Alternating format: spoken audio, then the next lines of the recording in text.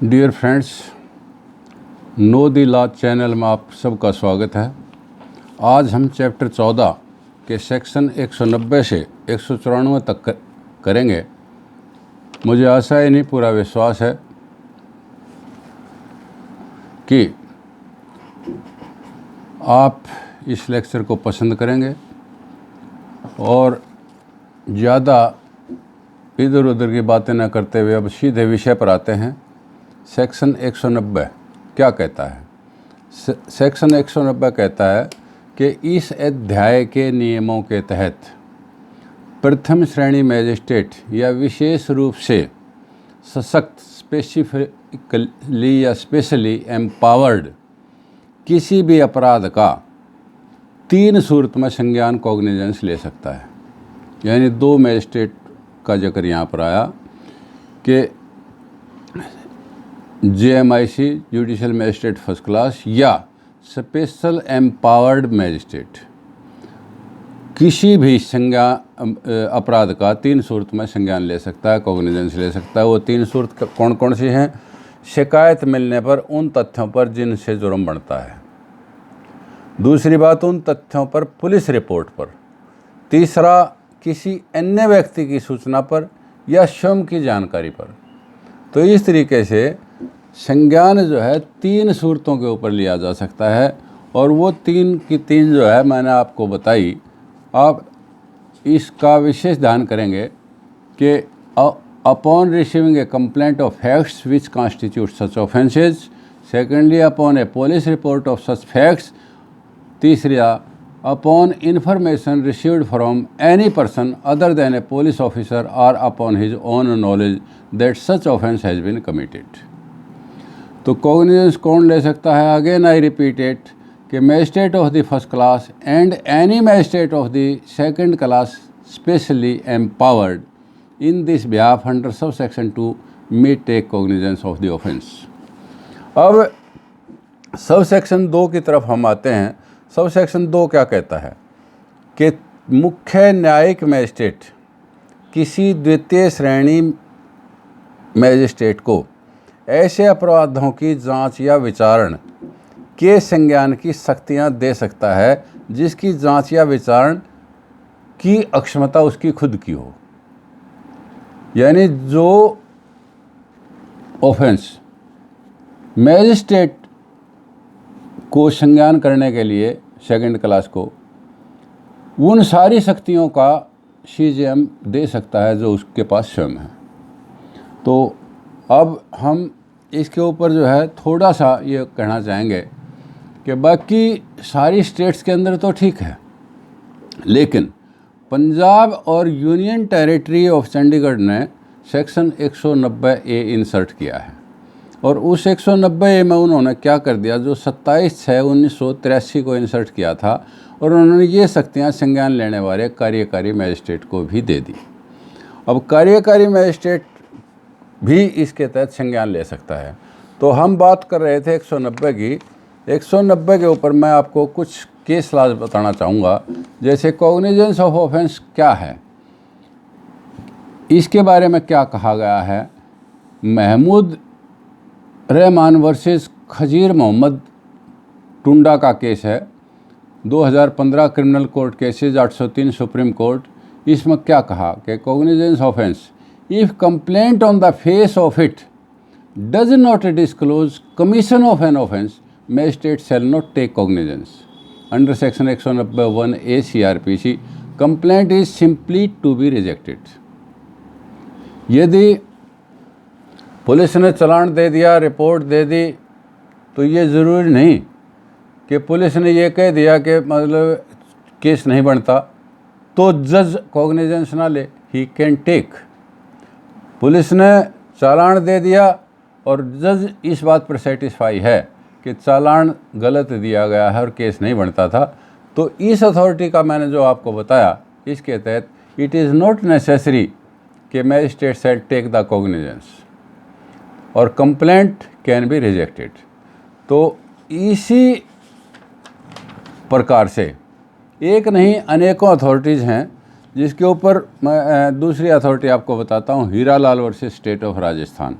1999 criminal law journal 3406 कि cognizance after committal of case, session trial case था, commit हो गया, where case has been committed to sessions court on police report, thereafter cognizance on private complaint in respect of same offence is not permissible as magistrate had become function officio, तो functus officio हो गया वो, as regards his powers under section 190 after committing case under section 209 to session court. जब 209 CRPC के तहत मुकदमा commit हो गया सेशन कोर्ट को, तो उसके पास कुछ भी नहीं बचा, उसके बाद वो कॉग्निजेंस नहीं ले सकता। इसके अंदर, इस अथॉरिटी के अंदर ये कहा गया है। और 1998 क्रिमिनल लॉ जनरल 3406 राजस्थान की अथॉरिटी है, धूरी वर्सेस स्टेट ऑफ राजस्थान।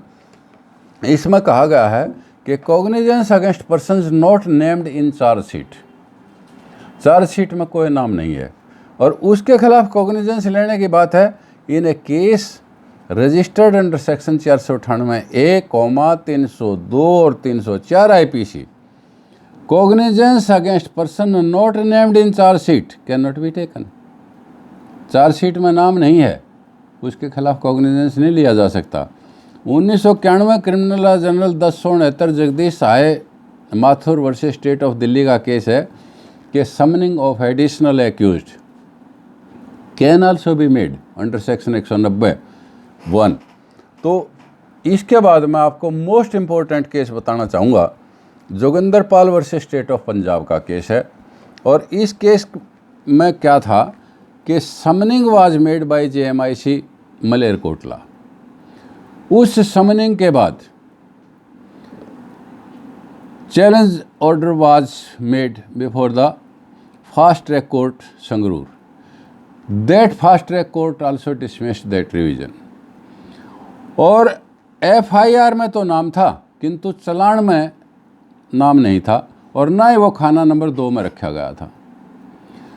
फिर भी गवाही पर केस लग गया था, चार्ज भी फ्रेम हो गया था। तो रिवीजन जब खारिज हो गया तो उसके बाद मैटर जो है ऑनरेबल हाई कोर्ट में गई और ऑनरेबल हाई कोर्ट में ये प्ली ली गई, पॉइंट ये था, whether the trial court could in exercise of its power under section 190 summon the petitioner as an accused when trial has commenced, charge has been framed against the person who had been sent to trial through the police report submitted in court. Petitioner was not shown as an accused nor his name was mentioned in the column number 2। तो इसके ऊपर honourable high court ने section 190, section 319, section 362 और section 200, 204, 173, 242 इन sections के ऊपर बहुत ही detail में discuss किया है। मेरी आप सबसे प्रार्थना ये है कि सेक्शन 190 के ऊपर इस जजमेंट का पढ़ना बहुत ज़रूरी है और मुझे विश्वास है कि इसको आप ज़रूर पढ़ेंगे। तो इसके अंदर क्या हेल्ड किया गया कि magistrate takes the cognizance of offence, then it is also duty to see who committed the offence, क्योंकि मैजिस्ट्रेट कॉग्निजेंस लेता है ऑफेंस की, ना कि ऑफेंडर की। तो जब ऑफेंस की लेता है तो then this question also arises कि हु वर द ऑफेंडर। जब हु वर द ऑफेंडर शब्द आया तो फिर उसकी समनिंग भी की जा सकती है।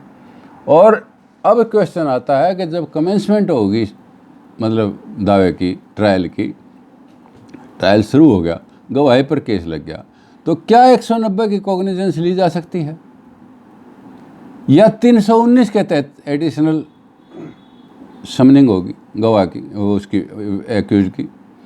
तो यहाँ पर इस सारी बात का डिस्कस करते हुए ऑनरेबल हाई कोर्ट ने इसको बहुत अच्छे से डिस्कस करते हुए फाइंडिंग दी है। तो आप इसके ऊपर फिर मैं कहूँगा कि थोड़ा सा ध्यान दें। लेकिन 173 की रिपोर्ट से मैजिस्ट्रेट बाउंड नहीं है, जैसा मैंने पहले कहा, ही कैन एग्री और ही कैन डिसएग्री आल्सो। अब cognizance is taken but there is no sanction under section 197 CRPC, order of cognizance being illegal would be set aside. इसके ऊपर अथॉरिटी है 2002 criminal law general NOC 304 Jharkhand की authority है। लेकिन मैं आपको इस सेक्शन के पढ़ने के साथ साथ 2 सेक्शंस को पढ़ने की और रिक्वेस्ट करूंगा। 2 सेक्शन क्या है? Section 460 CRPC, section 461 CRPC। जब सेक्शन 190 को पढ़ें तो इन 2 सेक्शंस पर को भी ज़रूर पढ़ें। सेक्शन 460 क्या कहता है कि irregularities which do not vitiate the proceedings. अगर कोई इरेगुलरिटी होगी तो क्या उससे प्रोसीडिंग्स विशिएट हो जाएंगी या नहीं। दूसरा है 461 section which irregularities vitiate proceedings. कौन सी इरेगुलरिटीज से मुकदमा की सारी कार्रवाई जो है विशिएट हो जाएगी, ख़त्म हो जाएगी, नल एंड वाइड मानी जाएगी। तो इस आधार पर 461 का के जो है वो भी पढ़ने की कोशिश करें। 461 का के में ये लिखा हुआ है कि यदि सब सेक्शन C, जिसके तहत मतलब upon information received from any person other than a police officer और upon his own knowledge that such offence has been committed, यदि मैजिस्ट्रेट ने कॉग्निजेंस ले लिया तो 461 कहता है कि which irregularity will vitiate the proceeding, तो ये प्रोसीडिंग को विशिएट कर देगी। तो इसलिए एक सेक्शन को पढ़ने के लिए एक नहीं अनेक सेक्शन पढ़ने पड़ेंगे। जैसे मैंने बताया कि इसको डिसाइड करने के लिए 190, 319, 362, सेक्शन 200, 204, क्योंकि 200 कंप्लेंट का केस है और 204 में समनिंग होती है, 173 जो है फाइनल रिपोर्ट है, 242 और कंप्लेंट का प्रोविजन सेक्शन 2 में जो दिया है वो सारा का सारा आपको पढ़ना पड़ेगा। एक नहीं अनेक सेक्शंस को इकट्ठा पढ़ना पड़ेगा। इसमें मैंने 2 सेक्शन ये आपको बताए 460 और 461, इनको भी साथ में पढ़ना पड़ेगा। अब जो है इस तरीके से सेक्शन 190 हमारा एक किस्म से ख़त्म होता है। किंतु मैं 1-2 अथॉरिटी और आपको बताना चाहूँगा कि कंप्लेंट फाइल कर दी तो 190 और 203 के तहत जो है क्या ऑर्डर पास किया गया अपने हाई कोर्ट ने। यादविंदर सिंह वर्सेस मनसा सिंह का केस था कि समनिंग ऑर्डर उसके खिलाफ रिवीजन में गए, concurrent jurisdiction of session court and high court है, petition filed in the high court without first existing remedy of session court had, petition in the high court is maintainable as it has got concurrent jurisdiction to entertain the revision against the order. तो दूसरा जो है इसी के अंदर ये कहा गया कि इट इज़ एन इंटीरिमेड और quasi judicial order against which A revision is maintainable. बहुत सी ऐसी अथॉरिटीज़ आप लोगों को मिलेंगी कि समनिंग ऑर्डर इज फाइनल और इंटरिम, तो इसके लिए भी आपने CRPC के प्रोविजंस को ध्यान में रख करके काम करना है। अब मैं अगला सेक्शन जो है वो 191 है, उसके बारे में आपको कहना चाहूँगा। सेक्शन 191 क्या कहता है कि transfer on application of accused. जब दोषी कोई दरखास्त देता है कि मैं इस मुकदमे की सुनवाई आपसे नहीं करवाना चाहता, तो उस समय क्या प्रोसीजर अपनाया जाएगा। लेकिन this transfer application is not permanent, मतलब ये वो नहीं है जो हर मुकदमे के लिए है। ये किस मुकदमे के लिए है? ये उस मुकदमे के लिए है जैसे 190 की उपधारा 1 के खंड गए, यानी के तहत जब मैजिस्ट्रेट ने किसी अपराध का संज्ञान ले लिया तो अभियुक्त को कोई साक्ष्य लेने से पहले वो ये बताएगा, ये सूचित करेगा कि वह इस मामले की जांच या विचार कराने का हकदार है।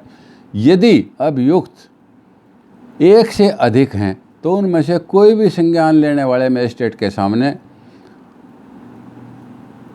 अपनी कार्रवाई किए जाने पर आपत्ति कर सकता है, क्योंकि इसमें in magistrate has taken the cognizance कि उसने कंटेम्प्ट कर दिया अदालत में, तो कंटेम्पचुअल एक्शन उसका किया और वही उसको सज़ा दे meaning thereby cognizance has been taken in own way, he is the complainant. तो कंप्लेनेंट ही मतलब अपने मुकदमे का फैसला करे, इसके लिए he will have to best the opportunity to the accused कि आप इस मुकदमे की सुनवाई मेरे से चाहते हैं या किसी अन्य मजिस्ट्रेट से। तो उस केस में मजिस्ट्रेट को दूसरे को ये केस ट्रांसफ़र हो जाएगा और CJM जिसको भी निर्दिष्ट करेगा ये मुकदमा वहाँ पर चला जाएगा। तो इन हालात के अंदर जो है सेक्शन 190 और 191 दोनों को आपने मेरा ख्याल समझ लिया होगा। अब मैं आता हूँ सेक्शन 192 पर। 192 सिंपल है, लेकिन आपको ये भी बता देना चाहता हूँ कि एक किताब इस CRPC को पढ़ने के लिए और पुलिस की हर चीज़ का ज्ञान आपको हो, उसके लिए पुलिस रूल्स का पढ़ना भी अनिवार्य है। पुलिस रूल्स का चैप्टर 15 है, जिसमें अगर आप उस चैप्टर 15 को पढ़ते हो तो प्राय सारी CRPC आपकी समझ में आ जाएगी। तो उस चैप्टर 15 के अंदर क्या कहा है, ये सारी की सारी प्रोसीजर 173 की रिपोर्ट जहाँ से पुलिस की कार्रवाई शुरू होती है, वो मजिस्ट्रेट की कार्रवाई होती है, वो जैसे मीमो बनाए जाते हैं, वो जामा तलाशी ली जाती है, वो या सर्च की जाती है, वो सारा का सारा प्रोसीजर जो है पुलिस रूल्स के अंदर जो है बताया गया है चैप्टर 15 में। तो अब मैं आपको ये कहना चाहूँगा कि जो ये सेक्शन 192 की बात मैंने की, इसका पुलिस रूल्स के पैरा 15.83 के अंदर जिक्र है। और क्या कहता है ये कि making over the of cases to the magistrate. Make over के माने मतलब केस असाइन करना। कहता है CJM मुकदमे का संज्ञान लेने के बाद मामले की जांच और विचारण के लिए अपने सबॉर्डिनेट जो सक्षम मजिस्ट्रेट है उसके हवाले करेगा कि you will investigate and try the matter. CJM द्वारा empowered JMIC can further make over the case to the other competent magistrate. और JMIC ने को CJM ने मार्क कर दिया, तो जुडिशल मजिस्ट्रेट फर्स्ट क्लास जो है वह भी अपने किसी सबॉर्डिनेट को उसकी जांच के हेतु मार्क कर सकता है। अब यहाँ पर जो है एक सेक्शन और पढ़ने के लिए मैं कहूँगा सेक्शन 410 CRPC के विड्रॉल ऑफ केसेज। CJM में withdraw any case which has been make over to the magistrate. जो मुकदमा मजिस्ट्रेट ने किसी जज को या किसी मजिस्ट्रेट को मार्क कर दिया, मेक ओवर कर दिया, तो he has the power to withdraw the same from his court. और इसके साथ सेक्शन 411 पढ़ने के लिए भी मैं कहूँगा, सेक्शन 411 क्या कहता है, making over and withdrawal of the cases bye executive magistrate. यानी जब एग्जीक्यूटिव मजिस्ट्रेट को कोई मुकदमा मार्क हो गया तो उसको SDM या DM 411 के तहत उसकी कोर्ट से विड्रॉ करके दूसरे किसी अन्य मजिस्ट्रेट को असाइन कर सकते हैं। और इसके लिए एक मैं आपको प्रोविज़न पढ़ने के लिए प्रार्थना करूंगा इसके साथ ही, और वो है सेक्शन 352 CRPC। तो उसमें क्या है कि सर्टेन जजेज and magistrate not to try certain offences when committed before themselves. जैसे थोड़ी देर पहले मैंने आपको बताया था कि मतलब 190 का कॉग्निजेंस लेने पर मैजिस्ट्रेट ये पूछेगा कि आपके मुकदमे की सुनवाई मैं करूं या आप किसी और से चाहते हैं। तो यहाँ पर ये कहता है कि सेक्शन 352 CRPC के तहत जजेज और मैजिस्ट्रेट हर मुकदमे की सुनवाई करने के लिए एम्पावर्ड नहीं हैं और उन्होंने नहीं करनी है। किसमें? सर्टेन जजेज and magistrate not to try certain offences when committed before themselves except as provided in section 344, 345, 349 और 350। अब 4 सेक्शन और दे दिए। तो इस सेक्शन को पढ़ने के साथ साथ आपने CRPC के 5 सेक्शन पढ़ने पड़ेंगे। एक सेक्शन 344, 345, 349, 350 और 352। फिर क्या कहता है, नो जज of criminal court other than ए जज of high court, high court के जज को छोड़ करके, और magistrate shell try any person for any offence referred to in section 195 CRPC। अब 195 को भी इसके साथ पढ़ना है। 195 में कह दिया कि किन किन ऑफेंसेस का मैजिस्ट्रेट संज्ञान नहीं ले सकता। तो वो 195 जब हम पढ़ेंगे तो 195 के वक़्त मैं आप लोगों को बताऊंगा कि किन किन क्या मैजिस्ट्रेट संज्ञान नहीं ले सकता। When such offence is committed before himself, या तो वो जुर्म जज साहब के सामने किया गया है, और in an contempt of his authority, और is brought under his notice as such जज और magistrate in the course of a judicial proceedings. तो इस आधार पर कुछ सेक्शंस के अंदर जजेस और magistrate can not take cognizance. अब 193 की बात करता हूँ, cognizance of offence by courts of session. अब कोर्ट ऑफ सेशन जो है किन मुकदमों का संज्ञान लेगा। यहाँ पर बहुत काम की बात यह है कि सेशन जज जो है सीधा किसी मुकदमे का कॉग्निजेंस नहीं ले सकता। सारे के सारे केसेस जो है उसको कमिट होंगे। कमिट कौन करेगा? Magistrate, JMIC। यानी ऑल द केसेस इस संहिता या किसी अन्य कानून के तहत जब तक मैजिस्ट्रेट द्वारा केस कमिट नहीं किया जाता, कोई भी सेशन न्यायालय संज्ञान नहीं ले सकता। अब 194 में 2 जजेस का जिक्र आया है। एडिशनल एंड असिस्टेंट सेशन जज try the case made over to them. यानी एडिशनल सेशन जज हर ज़िले के अंदर, अब हम इस एडिशनल को समझने के लिए सेशन जज को समझेंगे। हर ज़िले के अंदर एक डिस्ट्रिक्ट जज होता है। अब डिस्ट्रिक्ट जज जो है वो head of the judiciary of the district है। जब वो दीवानी के केस सुनता है, ही इज डिस्ट्रिक्ट जज। जब वो फौजदारी के केस सुनता है, ही इज सेशन जज। और वैसे भी आपने देखा होगा कि लिखा जाता है डिस्ट्रिक्ट एंड सेशन जज। तो इसलिए सिविल जज के मुकदमे सुनते दफ़ा ही इज डिस्ट्रिक्ट जज, फौजदारी के मुकदमे सुनते दफ़ा ही इज सेशन जज। और इसी तरीके से उनके subordinate not in court functioning rather only in administration are additional session जज। और एडिशनल सेशन जज क्या है कि उसको भी वो सारी शक्तियां हैं जो सेशन जज को हैं मुकदमों के निपटान में।